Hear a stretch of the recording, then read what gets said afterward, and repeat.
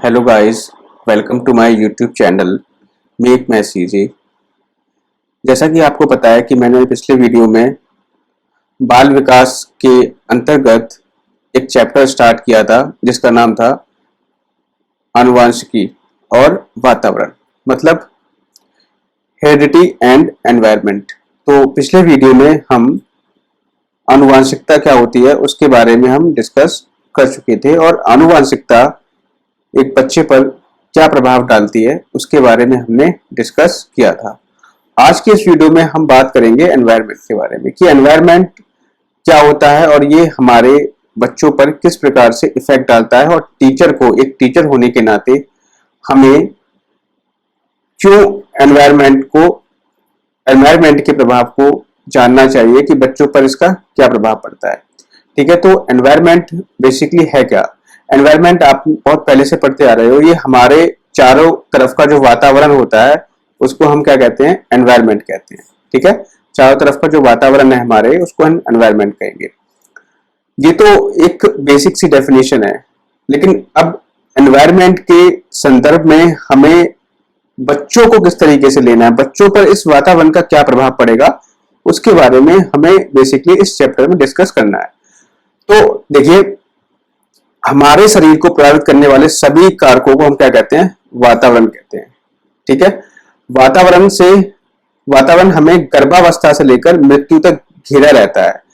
जैसा कि मैंने आपको पिछले वीडियो में एक्सप्लेन किया था कि जो आनुवांशिकता होती है, आनुवांशिकता क्या होती है? वो हमारे पूर्वजों से हमारे अंदर आती है। किसके थ्रू? जीन्स के थ्रू। मैंने बताया था कि जीन्स के थ्रू, जीन्स होते हैं, जीन्स के थ्रू हमारे अंदर वो आती है।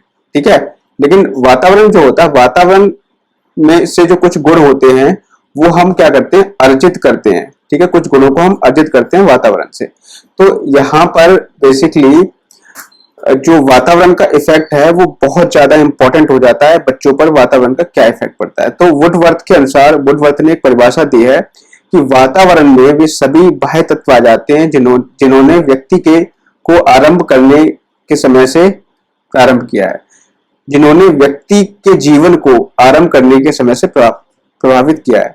मतलब कि वे सभी तत्व, वे सारे तत्व इसमें आ जाएंगे जिन्होंने व्यक्ति के जीवन को, जब से व्यक्ति का जन्म होता है तब से कुछ बाह्य कारक होते हैं उस पर प्रभाव डालते हैं, चाहे वो आपका भौतिक वातावरण हो या सामाजिक वातावरण हो, कुछ भी हो। ठीक है, तो वो जितने भी बाह्य कारक होते हैं वो सब किस में आ जाते हैं? वातावरण में आ जाते हैं। तो वुडवर्थ की परिभाषा, वुडवर्थ के अनुसार आप याद रखोगे कि जो सभी बाह्य तत्व हैं, उसने क्या कहा? बाह्य तत्व को इंक्लूड किया, तो बाह्य तत्व से वुडवर्थ की परिभाषा को याद रखोगे आप। रॉस के अनुसार, रॉस क्या कह रहे हैं? वातावरण वह बाह्य शक्ति है जो हमें प्रभावित करती है।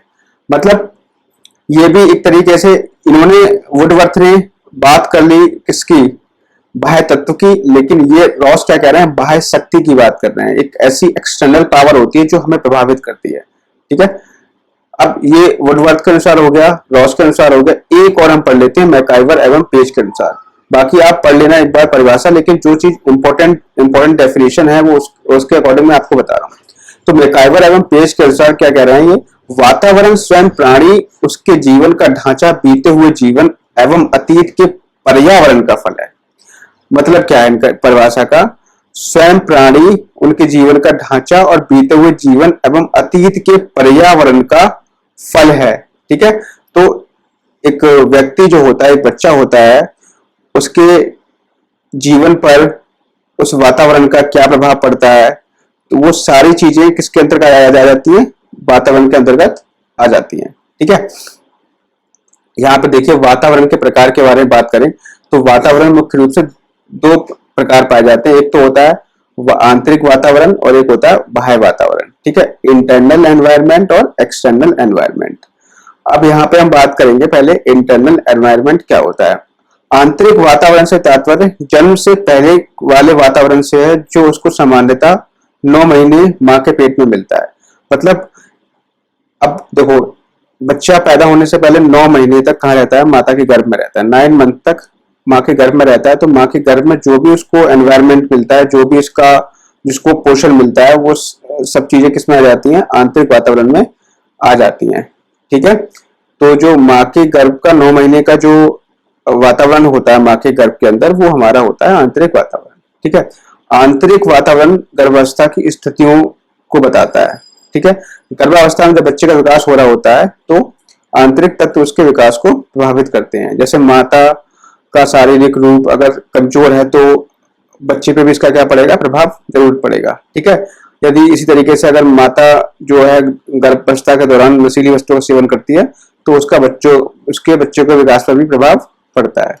नेक्स्ट हमारा एक्सटर्नल एनवायरनमेंट। एक्सटर्नल एनवायरनमेंट क्या होता है?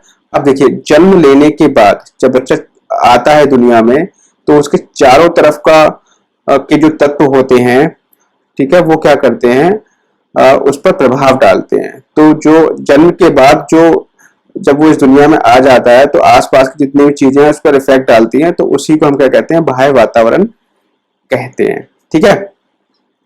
अब हम देखेंगे टाइप्स ऑफ एक्सटर्नल एनवायरनमेंट, बाह्य वातावरण के प्रकार। बाह्य वातावरण के प्रकार 2 प्रकार हैं इसके। ठीक है। सॉरी, बाह्य वातावरण के 4 प्रकार हैं। 4 प्रकार कौन कौन से हैं? पहला है भौतिक वातावरण। भौतिक वातावरण, इसमें क्या आ जाते हैं आपके, इसमें भोजन, तापमान, जलवायु, घर, स्कूल, जो आपके फिजिकल एनवायरनमेंट में आते हैं। भोजन होता है, तापमान होता है, जलवायु होती है, घर होता है, स्कूल होता है, ये सब किस में आ जाते हैं, भौतिक वातावरण में आ जाते हैं। फिर है सामाजिक वातावरण, सोशल एनवायरनमेंट। सोशल एनवायरनमेंट में उसके माता पिता, परिवार, खेल के साथी और आपके अध्यापक, पड़ोसी आदि शामिल होते हैं। मानसिक वातावरण में क्या होता है? मानसिक वातावरण में आपका इसमें स्पेशली दिमाग का विकास होता है। किसका विकास होता है? दिमाग का विकास होता है। वातावरण के साथ समायोजन करके हमें अपने दिमाग का विकास करना होता है। तो इसमें क्या करता है बच्चा, जिस एनवायरनमेंट में वो रहता है तो उसमें वो वातावरण से अपने आप को समायोजित करके अपने दिमाग का विकास करता है। फिर है संवेगात्मक विकास। संवेगात्मक विकास मतलब उसके इमोशनल का डेवलपमेंट होना। वह अपने मित्रों, संबंधियों व अध्यापकों के संवेगात्मक स्वभाव में शामिल होता है। मतलब क्या है, जैसे बच्चे जब खेलते हैं तो खेल के दौरान में कोई किसी बच्चे को गुस्सा आता है, कोई बच्चा हंसता है, तो इस तरीके से कुछ रोता है, कुछ बच्चे रोज रोने लगते हैं। तो इस तरीके के संवेगों का विकास होता है, वो भी हमें कहां से मिलता है? बाह्य वातावरण से मिलता है। तो ये हो गए 4 टाइप्स बाह्य वातावरण के।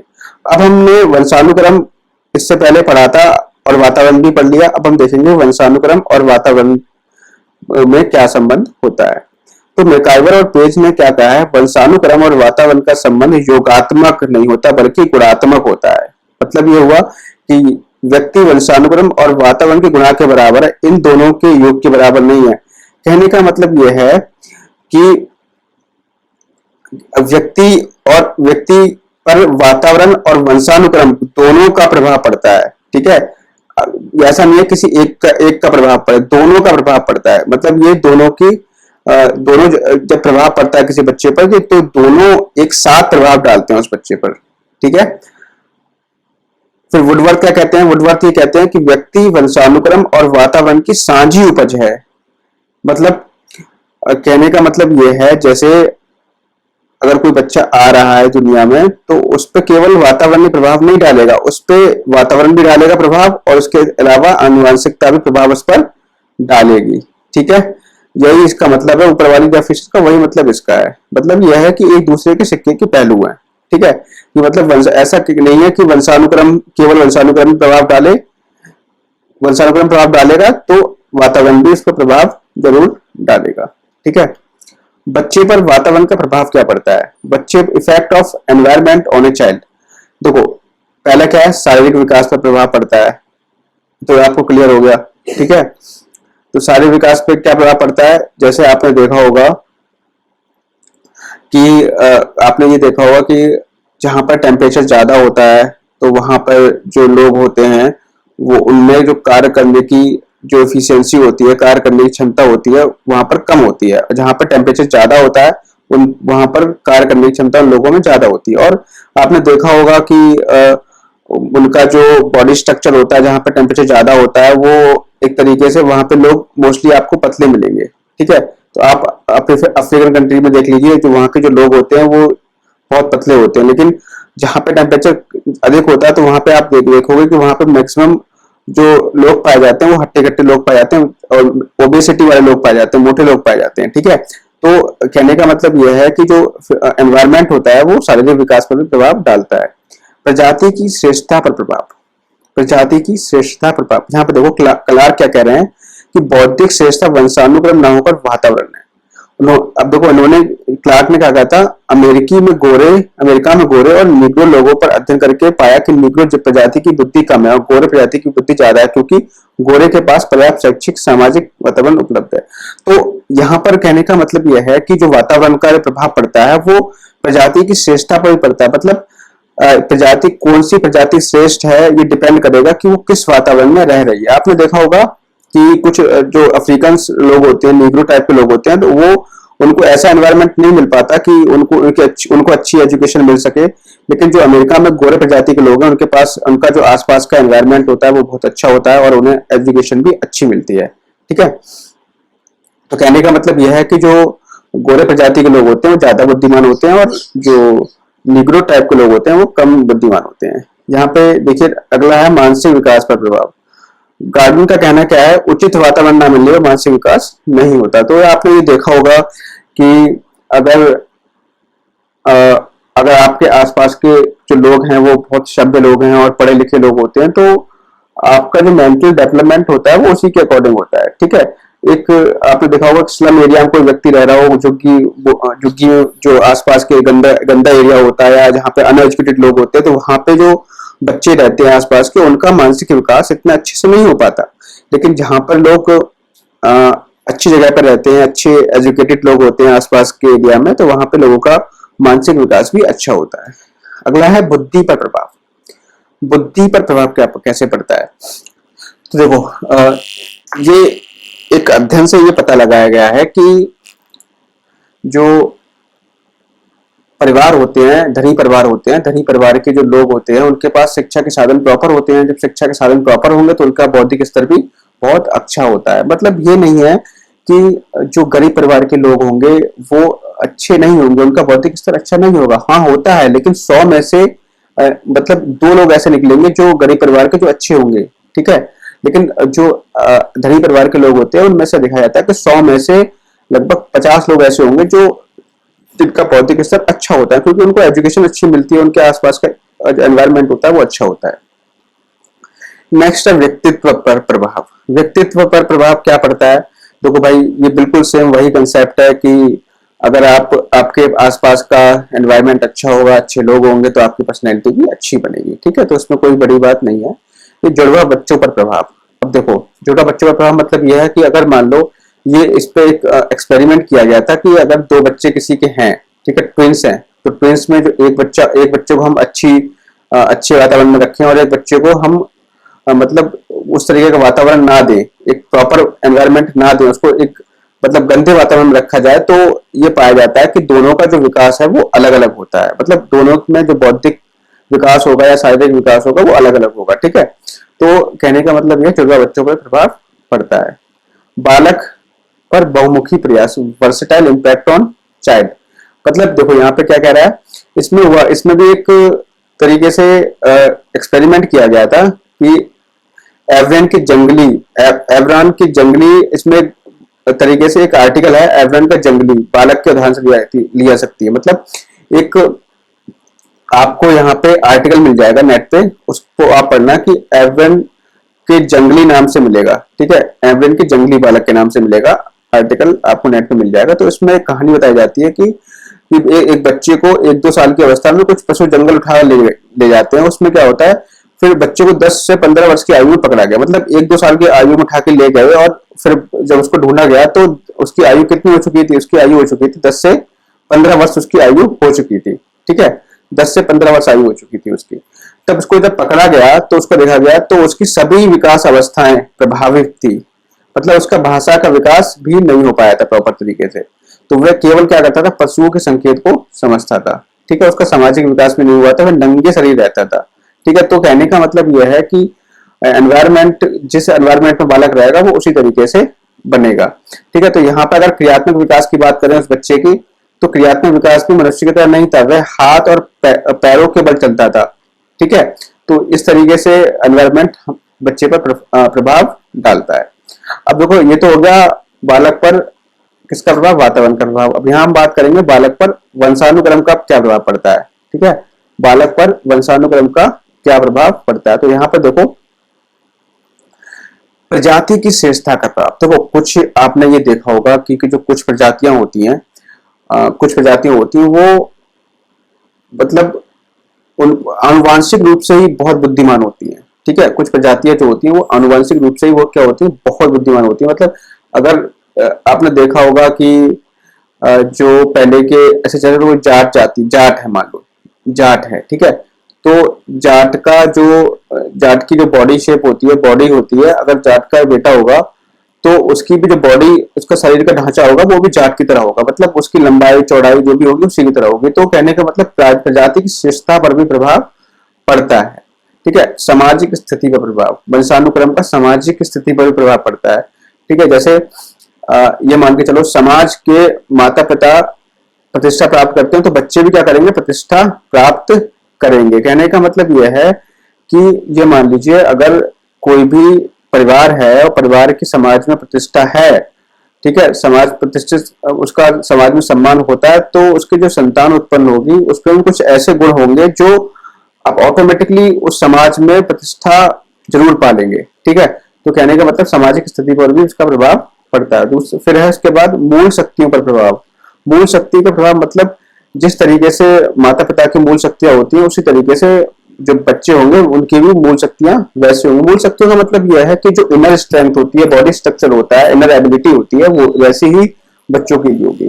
फिर व्यावसायिक योग्यता पर प्रभाव। व्यावसायिक योग्यता पर प्रभाव, व्यावसायिक योग्यता का मतलब यह है कि आपने देखा होगा मोस्टली केसेस में बहुत मतलब अगर 100% बच्चे हैं तो 100 में से ये मान के चलो 80% जो बच्चे होते हैं वो क्या करते हैं, अपने पेरेंट्स का जो बिजनेस होता है उसी को देखते हैं और बाकी 20% बच्चे कुछ अदर बिजनेस में जाते हैं। ठीक है, तो ये चीज है कि व्यवसायिक योग्यता पर भी प्रभाव इसका पड़ता है।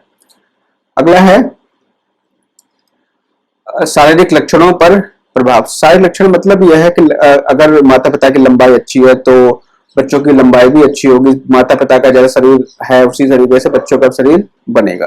ठीक है, फिर है चरित्र एवं महानता पर प्रभाव। चरित्र एवं महानता पर प्रभाव का मतलब ये होता है कि जिस तरीके से माता पिता का चरित्र होगा उसी तरीके से बच्चे भी मतलब उसी के अकॉर्डिंग व्यवहार करेंगे। ठीक है, मतलब ऐसा बहुत कम केस में होता है, लेकिन ये देखा गया है कि जो न्यायाधीश, राजनीतिक या सैनिक पदाधिकारियों और वैज्ञानिकों, खिलाड़ियों के जो बच्चे होते हैं वो उसी तरीके से व्यवहार करते हैं जैसे कि उनके माता पिता हैं। ठीक है, अब देखो यहाँ पर हम पढ़ेंगे प्रकृति और पोषण में संबंध, relationship between the nature and nurture.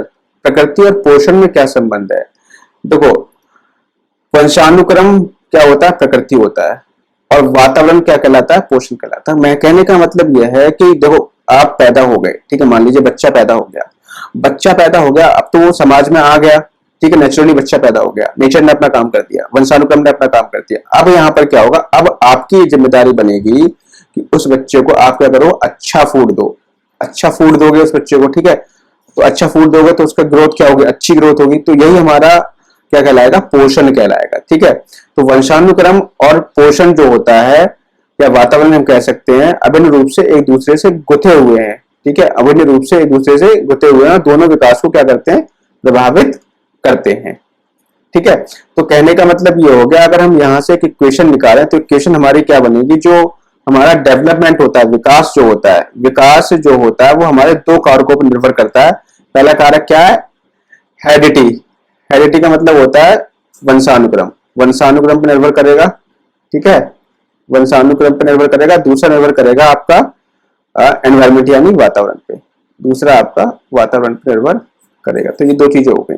तो यहाँ पे इसका जो फॉर्मूला है डेवलपमेंट का यानी विकास का, विकास बराबर क्या हो जाता है, विकास बराबर होता है हेरिडिटी इनटू एनवायरमेंट। मतलब विकास जो होता है हेरिडिटी और एनवायरमेंट का दोनों का गुणनफल होता है।